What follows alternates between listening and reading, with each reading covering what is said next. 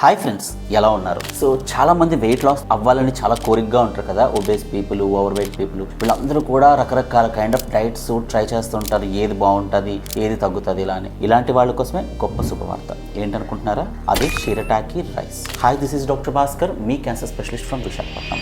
ఈ shirataki rice అంటే ఏంటంటే, ఇది ఒక జపనీస్ రైస్ అంటే. జపాన్ వాళ్ళు మెయిన్గా ఏంటంటే దీని ఒక ట్యూబర్ అనమాట, దుంపల నుంచి తయారు చేసిన ఒక కైండ్ ఆఫ్ రైస్. అందులో మెయిన్గా ఫైబర్ ఉంటుంది. కాబట్టి ఫైబర్ ఉండడం వల్ల నార్మల్గా ఉండాల్సిన కెలరీ కంటెంట్ అనేది చాలా తక్కువ ఉంటుంది. నార్మల్ వైట్ రైస్లో మీరు చూస్తే 100 grams ఆఫ్ వైట్ రైస్కి ఉండేది 350 కిలో క్యాలరీస్ అయితే, ఇందులో ఉండే క్యాలరీ వాల్యూ ఎంత తెలుసా? 100 grams ఆఫ్ షిరటాకి రైస్కి 10 కిలో క్యాలరీస్, అంటే ఆల్మోస్ట్ నెగ్లిజిబుల్.